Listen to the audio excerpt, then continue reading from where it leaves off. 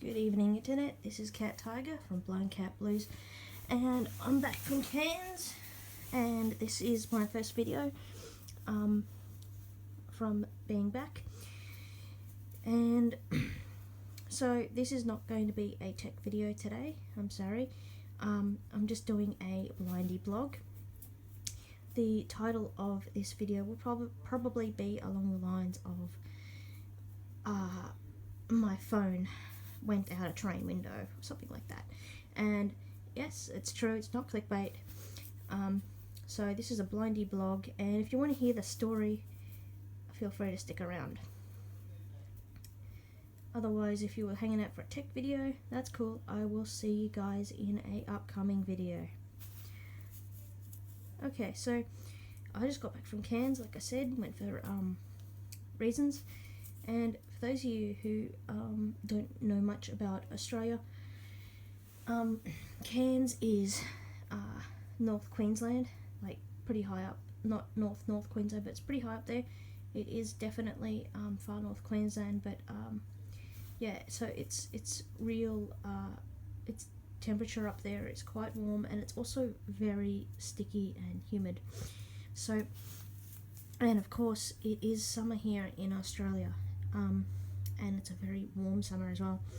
So while I was up there, we were getting like 36 degree centigrade, and like 100% humidity, like because it was raining as well. And you'd be outside, and if you got caught in the rain, you'd be drowned, but it wouldn't cool you down. It was just gross. It was like being in an indoor swimming pool. But anyway, all that aside, I'm sure there are people that just love Cairns, and to its credit, it is quite pretty. So one of the things we did the last couple of days, we got to do a tourist thing, and I've done that stuff before, so it's not exactly new to me, but we were with a friend, and they had never been to Queensland, let alone Cairns before, and we're like, we've done this stuff, so you pick what you want to do and we'll just come with, and it'll be cool. So they looked through all the brochures and talked to the hotel people and all that fun stuff, and they decided on the Kuranda trip. So Kuranda is a little village in Cairns on top of a mountain, surrounded by rainforest. It's very pretty. And what the tourists normally do is there's a train that goes up the mountain and down the mountain, and there's also a sky rail that you can go, and normally people go one way on the train and one way on the sky rail. So that's what we did. We went on this train, and this train, it used to be pulled by an old school like steam engine, but it's since been replaced. I don't know when, but I went there as a kid, and it was a steam engine, and it was really cool. It was like a red one, and anyway, like a Harry Potter train, awesome. But it's just a diesel now. But the carriages are still the same, and they're sort of old school carriages that would have been used in the days of steam engines and stuff. So obviously they've been refurbished and stuff, or whatever, as needed, but the vibe was there. So no air conditioning, but the windows open. They've got bars on the windows to stop tourists doing dumb stuff like putting their heads out. Yeah, that happened. So yeah, tourists can be pretty dumb sometimes. And anyway, that is how our story is set. So going up this mountain, it's quite scenic, and they have various parts where they either stop and you can get off the train and get some shots of these places, and one of them is like a waterfall, but they also go past a waterfall as well. I think it's called Barham Falls, and goes across this bridge, and the train slows down for everyone to get lots of photos and stuff. And we'd just passed this bridge, and I'd been pointing my iPhone around on video record to get some stuff. And you know, the beauty with video is it records audio too, so that is also good for us low vision people who want to capture a moment. So I wanted to get some footage for my YouTube channel, or even just Facebook for my sighted friends and partially sighted friends who can actually see it.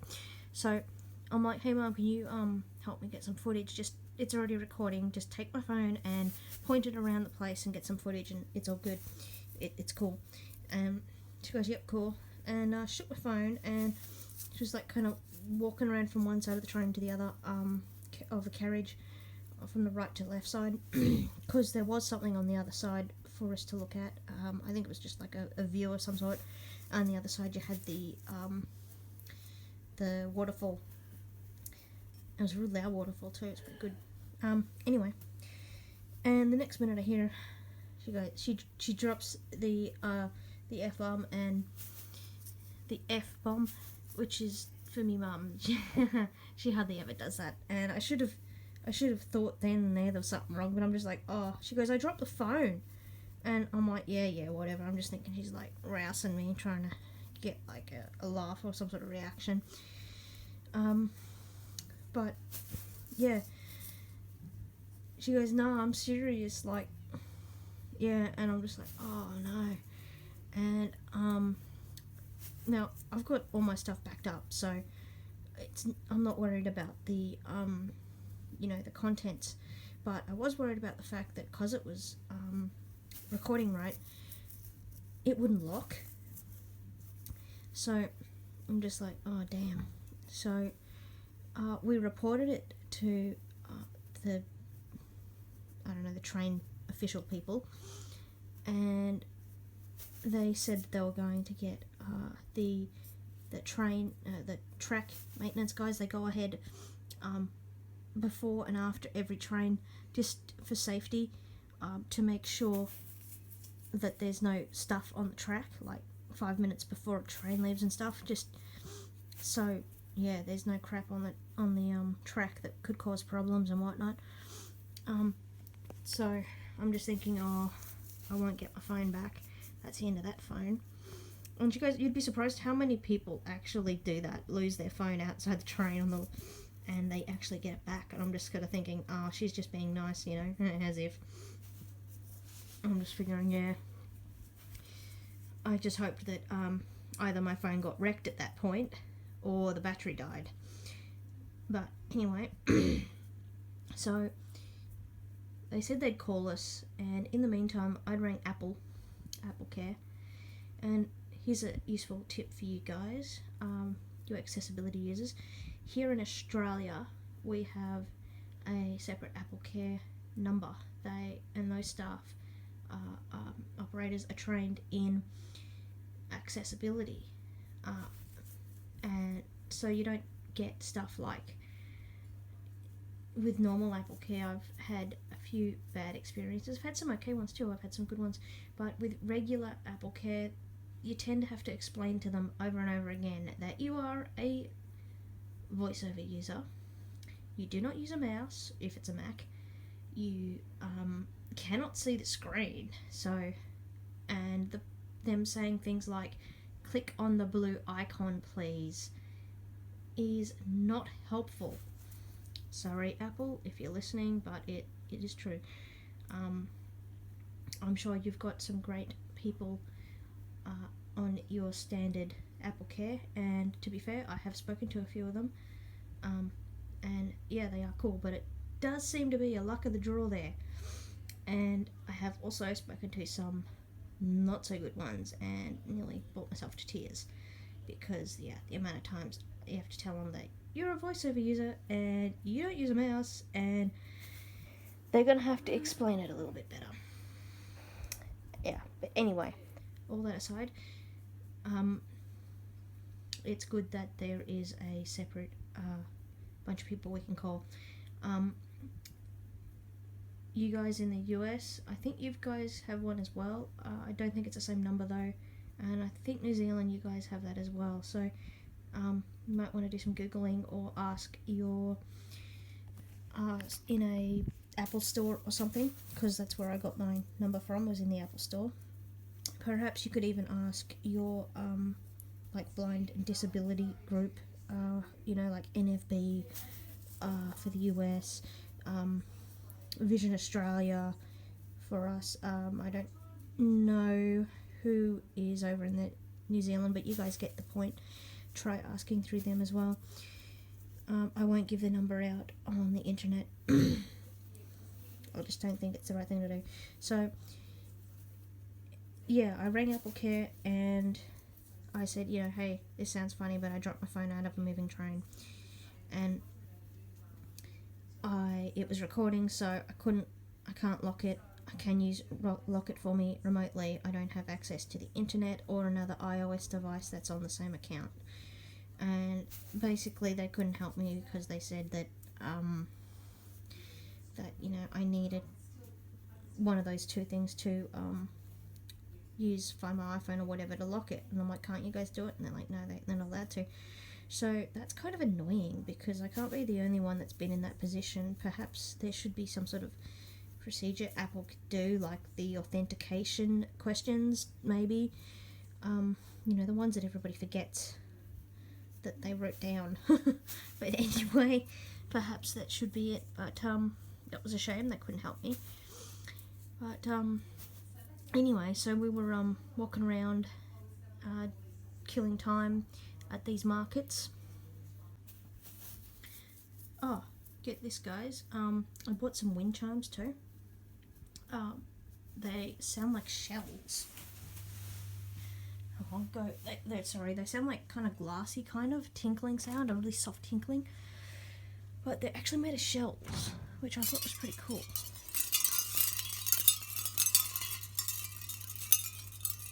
And I bought those while I was up there. So anyway, that's something cool, I think. And yeah. And karma's a funny thing. We found a wallet, a random person's wallet, and in it was cash, money, Visa card, which is like a credit card, and their ID, and we're like, oh, dude. And we didn't want to hand it into a shop because it had the Visa in it, So we're like, oh, we'll take it to the cop shop or the police station, whichever part of the world you're in. No disrespect, it's just what us Australians tend to call police station. So we said, okay, well, I don't want to make a super special trip. We end up going that way anyway. So, and we've only got we had like an hour before we had to get to this train, the Skylift, to catch it back. So we're just gonna continue and drop it on the way. And in the meantime, we looked at the ID and we're like, we'll just keep an eye out for that person, because they'd probably be freaking out when they lose their wallet, so they'd probably be like acting weird and stuff too, a little bit stressed out. And as it turned out, we'd continued and did a bit more shopping, and then we came out and there was a copper walking along the road, and we went over him and just said, hey dude, and made sure he was a real cop, just not like some dude walking around in a police costume of some sort. No, he was legit. And he goes, do you guys have a bag? And we're like, yeah, we got, here you go, man. And we gave it to him, and sweet. So, and I'm not kidding, this is kind of crazy, guys, but about 10 minutes after he left, we got a call and they'd found my phone. So I don't know, karma, man, karma, always good. So I don't think there was anything magic about that situation, but I am glad that we helped someone as well. And I was also glad that I got my phone back. They actually found my phone, and it was pretty funny though. They said it looks okay physically, but we cannot tell if it's working right because we can't work out how to use it. and it keeps yabbering in some strange language. I thought that was hilarious because it was voiceover, but we can't understand what it's saying. So I thought that was pretty funny. Yay for voiceover. But yeah, so we went and collected it at the station, and then we caught the Skyrail back down. And the people who ran the Skylift, to their credit, they were actually quite good, because I was worried about like getting in the carriage things, the Skyrail carts, because sometimes they don't stop them. They just kind of, you get in them while they're while it's moving kind of thing, and get off them. It's not moving very fast, but you know, when you're like trying to use a cane and stuff, it's not normal. But they actually stopped them for me to get on and off. I thought that was kind of nice, and they had numbers on the carts, and they obviously radioed through to the next like station point, and said that, you know, in car blah blah there's someone who's legally blind, and they once again knew I was coming. So that was really cool. And right at the end there's a photo shoot, kind of like, you know, how SeaWorld and all them have those cameras, so you can have a happy snap at the end, to remember it by. And this dude was walking along beside us, and he goes, "Oh, I'll tap on the window so you know where to look when the for the camera." And I thought that was really nice of him. That was thoughtful. And yeah, so those guys were pretty good at the Coranda Skylift. So yeah, and they weren't condescending. So yeah, I thought that was quite helpful without being you know, too in your face. It was good. Anyway, and that pretty much concludes my rant.